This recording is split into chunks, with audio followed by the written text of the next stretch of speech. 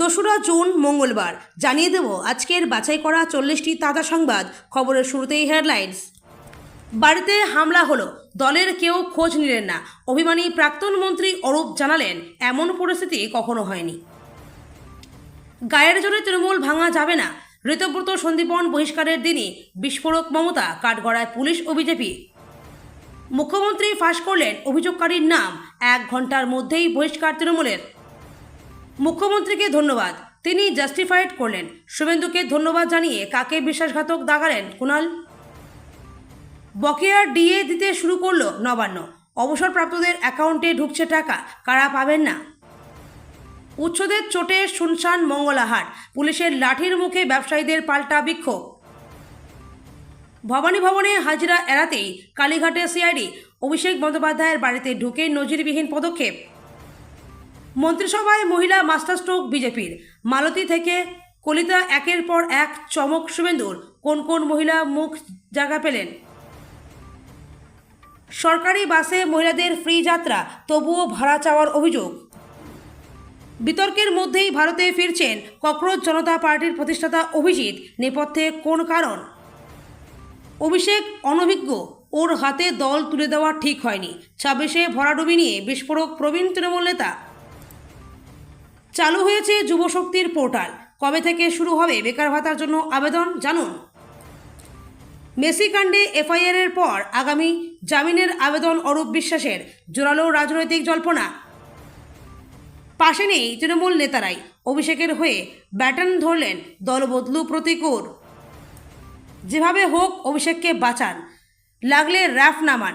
জনরোষের খবর কানে যেতেই পুলিশকে কোন ফোন রূপা গঙ্গোপাধ্যায়ের।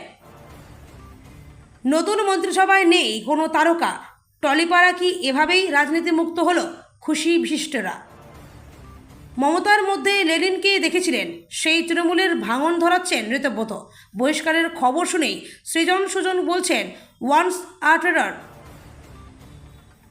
তৃণমূল থেকে বহিষ্কৃত হতেই সুর চড়ালেন সন্দীপন ঋতব্রত, বললেন দলটাই আর থাকবে না। ভ্যানে কয়লা ফেরি থেকে 7 মহলা বাড়ি, প্রাক্তন তৃণমূল বিধায়ক গ্রেপ্তার হতেই খোকন চোর গান। মুস্তাফিজুর তারিকুলদের একাধিক ভুয়ো অ্যাকাউন্ট, লক্ষ্মীর ভাণ্ডারের টাকা 9-6-এর সিট গঠনের নির্দেশ শুভেন্দু অধিকারীর। স্নাতক হলেই মিলবে রাজ্য সরকারি চাকরি, বিজ্ঞপ্তি জারি পাবলিক সার্ভিস কমিশনের। 3 বার ফেল, 26-এ জিতেই মন্ত্রী। দুধকুমারের দীর্ঘ রাজনৈতিক জীবনের নতুন অধ্যায়। আমরাই আসল তৃণমূল, মমতা অভিষেকের নির্বাচিত বিরোধী দলনেতা পাল্টে দিতে পারেন ঘাসফুলেরই বিধায়করা। দফায় দফায় বৈঠক, সংখ্যাগরিষ্ঠ বিধায়কদের নিয়ে আসল তৃণমূল গড়ার পথে ঋতব্রত, বিরাট জল্পনা। আসামের রাজনীতিতে বড় ধরনের তোলপাড়, ইউসিসি থেকে মন্ত্রিসভার সম্প্রসারণ পর্যন্ত নানা বড় ঘটনা। আরজিকর লিফট কাণ্ডে 72 দিনের মাথায় চার্জশিট পেশ, হারহিম বর্ণনায় কি জানালো লালবাজার। যুবশক্তি বা অন্নপূর্ণা ভাণ্ডার নয়, কেন্দ্রের এই প্রকল্পে জুনেই পাবেন 2000 টাকা, কিভাবে আবেদন। দাড়িভিটের সেই লড়াকু জেদি ছেলেই এবার শুভেন্দুর মন্ত্রিসভায়, মাত্র 32 বছরেই কনিষ্ঠতম মন্ত্রী হয়ে রেকর্ড বিরাজেন। খুব ভালো লাগছে, দায়িত্ব পালন করতে হবে, কারোর ওপর রাগ নেই, সবাইকে ক্ষমা, বলছেন রাজ্যের নতুন মন্ত্রী অর্জুন সিং।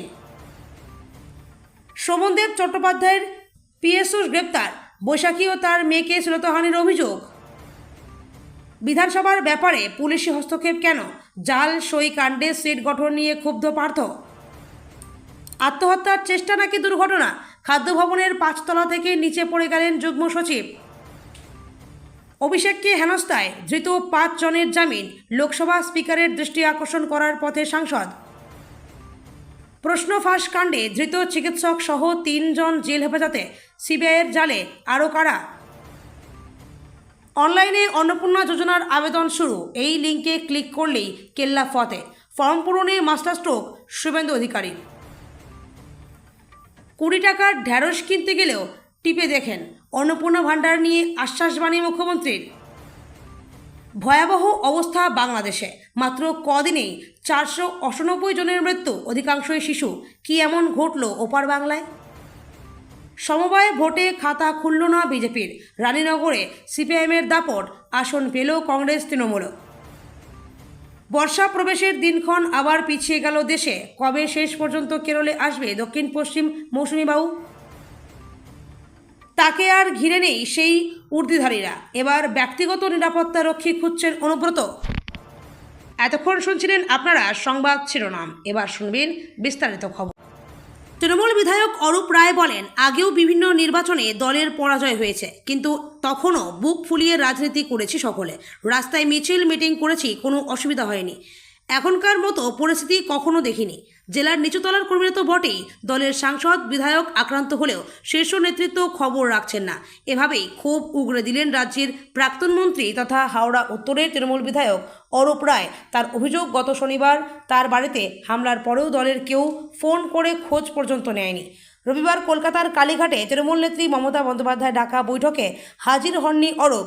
বস্তুত তৃণমূলের ৮০ জন বিধায়কের ৬০ জনকেই দেখা যায়নি কালীঘাটে। অন্যদিকে শনিবার মধ্য হাওড়ার কাসুন্দিয়া ফার্স্ট বাইলেনে প্রাক্তন মন্ত্রী বর্তমান তৃণমূল বিধায়ক অরূপের বাড়িতে হামলা চালানো হয় বলে অভিযোগ।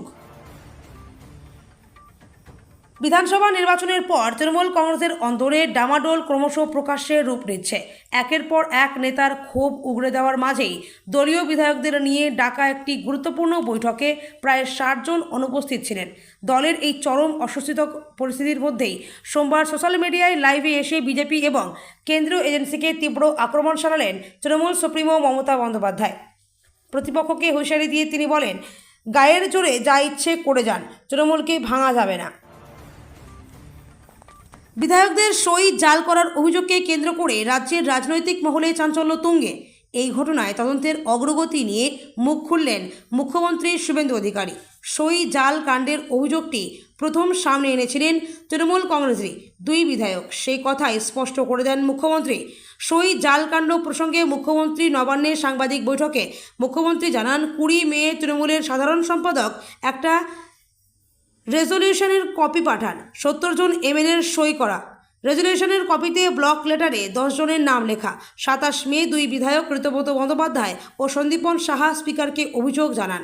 তাদের অভিযোগের ভিত্তিতে স্পিকারের নির্দেশে প্রিন্সিপাল সেক্রেটারি হেয়ার স্ট্রিট থানায় এফআইআর করেন। হোম সেক্রেটারির নির্দেশে আমার অনুমোদনে সিআইডিকে তদন্তভার দেওয়া হয়। সই বিতর্কে মুখ খুলেছেন বিধায়ক সন্দীপন সাহা ও বিধায়ক ঋতব্রত বন্দ্যোপাধ্যায়। তাতে দলবিরোধী কাজের অভিযোগে ইতিমধ্যে বহিষ্কৃত হয়েছেন। এবার এই নিয়ে মুখ খুললেন বিধায়ক কুণাল ঘোষ। সঙ্গে ধন্যবাদ জানালেন মুখ্যমন্ত্রী শুভেন্দু অধিকারীকেও। ঋতব্রতকে সবচেয়ে বড় বিশ্বাসঘাতক আখ্যা দিলেও কুণাল। তার বক্তব্য, দলের মধ্যে কিছু ভুল ভ্রান্তি, দলের কোনো কাজে আপত্তি থাকতেই পারে, কিন্তু তা বলে সেটা দলকে না জানিয়ে সরাসরি সরকারকে জানানোর কোন মানে? কুণালের কথায় আপনাদের মনে হয়েছে দলের এটা খারাপ ওটা খারাপ, তাহলে এই দলের হয়েই দাঁড়িয়েছিলেন কেন? তখন কেন মমতা বন্দ্যোপাধ্যায় জিন্দাবাদ বলে দাঁড়িয়েছিলেন কেন? সরকারি কর্মীদের বকেয়া ডিএ মেটানোর প্রক্রিয়া শুরু করল নবান্ন। গত শুক্রবার থেকে অবসরপ্রাপ্তদের অ্যাকাউন্টে টাকা ঢোকা শুরু হলেও কর্মরতদের ভবিষ্যৎ নিয়ে অনিশ্চয়তা কাটেনি। জানুন বকেয়া ডিএ এবং সপ্তম বেতন কমিশন সংক্রান্ত সর্বশেষ আপডেট। পশ্চিমবঙ্গে দীর্ঘ প্রতীক্ষিত বকেয়া মহার্ঘ ভাতা পরিশোধের প্রক্রিয়া অবশেষে শুরু করল নবান্ন। রাজ্যের অর্থ দপ্তর সূত্রে খবর, গত শুক্রবার ২৯শে মে ২০২৬ থেকেই অবসরপ্রাপ্ত সরকারি কর্মীদের একটি নির্দিষ্ট অংশের ব্যাংক অ্যাকাউন্টে বকেয়া ডিএর টাকা সরাসরি জমা পড়তে শুরু করেছে। আদালতের নির্দেশ মেনে রাজ্য সরকার প্রথম ধাপে মূলত ২০০৮ সালের ১ এপ্রিল থেকে ২০১৫ সালের ৩১শে ডিসেম্বরের মধ্যে অবসর গ্রহণকারী প্রাক্তন কর্মীদের বকেয়া মেটানোর সিদ্ধান্ত নিয়েছেন।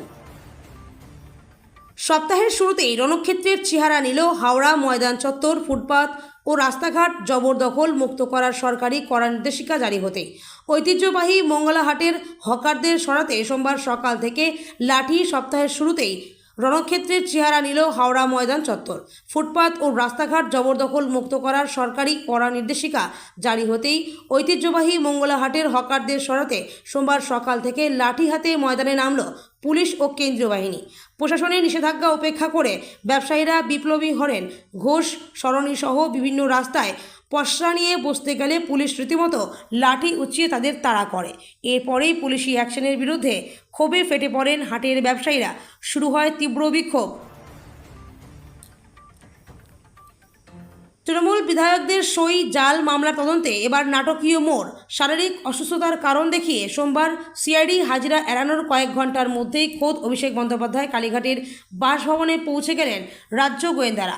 ভবানী যাওয়ার জন্য 15 দিনের সময় চেয়ে অভিষেক চিঠি পাঠানোর পরেই সিআইডির একটি বিশেষ দল তার বাড়ির সামনে হাজির হয়। তদন্তকারীদের দাবি, মামলার অগ্রগতির স্বার্থে এবং তথ্য প্রমাণ জোগাড়ে কোথাও কোনো খামতি রাখতে চান না তারা। সেই কারণে স্পটে গিয়ে গোটা বাড়ি ও পারিপার্শ্বিক এলাকার ভিডিওগ্রাফি করা হচ্ছে। সূত্রের খবর, সিআইডি আধিকারিকেরা কালীঘাটের শান্তিনিকেতন বিল্ডিংয়ের সামনে পৌঁছালেও দীর্ঘক্ষণ ধরে তারা বাড়ির ভেতরে ঢোকার অনুমতি পাননি। সোমবার গঠিত হল রাজ্যের নতুন মন্ত্রিসভা। পূর্ণাঙ্গ মন্ত্রিসভায় মোট 35 জন মন্ত্রী শপথ গ্রহণ করলেন। সকাল 11টা থেকে রাজভবনে রাজ্যপাল RN রবি এবং মুখ্যমন্ত্রীর উপস্থিতিতে শপথ গ্রহণ করেন মন্ত্রীরা। শপথ গ্রহণের পর আজ হতে পারে দপ্তর বন্টন। ঘোষিত মন্ত্রী তালিকায় স্থান পেয়েছেন কয়েকজন মহিলাও। এদিন শপথ গ্রহণের শুরুতেই রাজ্যপাল মন্ত্রীদের নামের তালিকা ঘোষণা করেন। সেই তালিকা অনুযায়ী পূর্ণ মন্ত্রীদের তালিকায় নাম নেই কোনো মহিলার। তবে স্বাধীন দায়িত্বপ্রাপ্ত মন্ত্রী তালিকায় 3 জনের মধ্যে জায়গা করে নিয়েছেন মালতী রাভা রায়।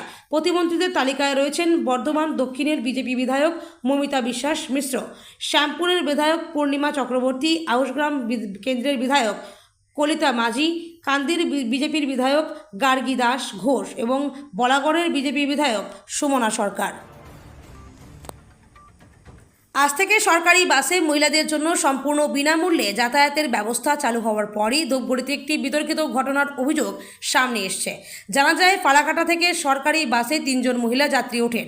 অভিযোগ, সরকারি বাসে মহিলাদের জন্য যাতায়াত বিনামূল্যে হওয়ার কথা থাকলেও বাসের কন্ডাক্টর তাদের কাছে ভাড়া দাবি করেন। ওই মহিলারা ভাড়া দিতে অস্বীকার করলে ধূপগুড়ি বাস টার্মিনাসে তাদের বাস থেকে নামিয়ে দেওয়া হয় বলে অভিযোগ। পরবর্তীতে ওই 3 মহিলা ধূপগুড়ি থেকে একটি বেসরকারি বাসে করে নিজেদের গন্তব্যে রওনা হন। এদিকে সরকারের ঘোষণার প্রথম দিনেই এমন অভিযোগ সামনে আসায় এলাকায় চর্চা শুরু হয়েছে। বিতর্কের মধ্যেই ভারতে ফিরছেন ককরোচ জনতা পার্টির প্রতিষ্ঠাতা অভিজিৎ দীপক। সোমবার নিজেই একথা ঘোষণা করেছেন তিনি। কিন্তু কেন? জানা যাচ্ছে, নিট প্রশ্নফাঁস কাণ্ডে বড়সড় প্রতিবাদ কর্মসূচি শুরু করতে দেশে পা রাখছেন তিনি। তার দাবি, নিট কাণ্ডে শিক্ষামন্ত্রী ধর্মেন্দ্র প্রধানকে অবিলম্বে পদত্যাগ করতে হবে। এদিন অভিজিৎ নিজের এক্স হ্যান্ডেলে একটি ভিডিও পোস্ট করেছেন। সেখানে তিনি বলেন, ভারতের সংবিধানের পথ অনুসরণ করে আমাদের সকলের একত্রিত হওয়া প্রয়োজন। শান্তিপূর্ণভাবে প্রতিবাদ জানানো উচিত। ধর্মেন্দ্রর পদত্যাগের দাবিতে আমাদের আওয়াজ তোলার সময় এসে গিয়েছে। তার কথায়, এত বড় ভুলের পরেও যদি শিক্ষামন্ত্রী পদত্যাগ না করেন তাহলে দেশে আর স্বচ্ছতা বলে কিছু অবশিষ্ট নেই। জানা গিয়েছে, আগামী 5 জুন অর্থাৎ শনিবার দিল্লিতে পা রাখবেন অভিজিৎ। অনভিজ্ঞ অভিষেক বন্দ্যোপাধ্যায় এবং আইপ্যাকের ওপর নির্ভরশীলতাই ভোটের বিপর্যয় ডেকে এনেছে। বিধানসভা ভোটে দলের হারের কারণ ব্যাখ্যা করতে গিয়ে এমনটাই জানালেন প্রবীণ তৃণমূল নেতা অমিতাভ বন্দ্যোপাধ্যায়। শুধু তাই নয়, রাজ্যের পালাবদলের পরে দলের যা পরিস্থিতি হয়েছে, যেভাবে একের পর এক কুকীর্তি প্রকাশ্যে আসছে, যেভাবে নেতারা হেনস্থার শিকার হচ্ছেন, তাতে ভবিষ্যতে দলের অস্তিত্ব নিয়ে সন্দিহান অমিতাভ। 2022 সাল পর্যন্ত দুর্গাপুর পুর নিগমের ডেপুটি মেয়র ছিলেন অমিতাভ। তারপরে ভোট না হওয়ায় ওই পুরসভার প্রশাসক মণ্ডলী দিয়েই চালানো হচ্ছিল। সেই প্রশাসক মণ্ডলীর ভাইস চেয়ারম্যান ছিলেন তিনি। ঘটনাচক্রে গত এপ্রিলে বিধানসভা ভোটের ঠিক আগেই তাকে এই দায়িত্ব থেকে সরিয়ে দেওয়া হয়, যার জেরে ভোটের সময়ে কার্যত বসেই গিয়েছিলেন প্রবীণ নেতা।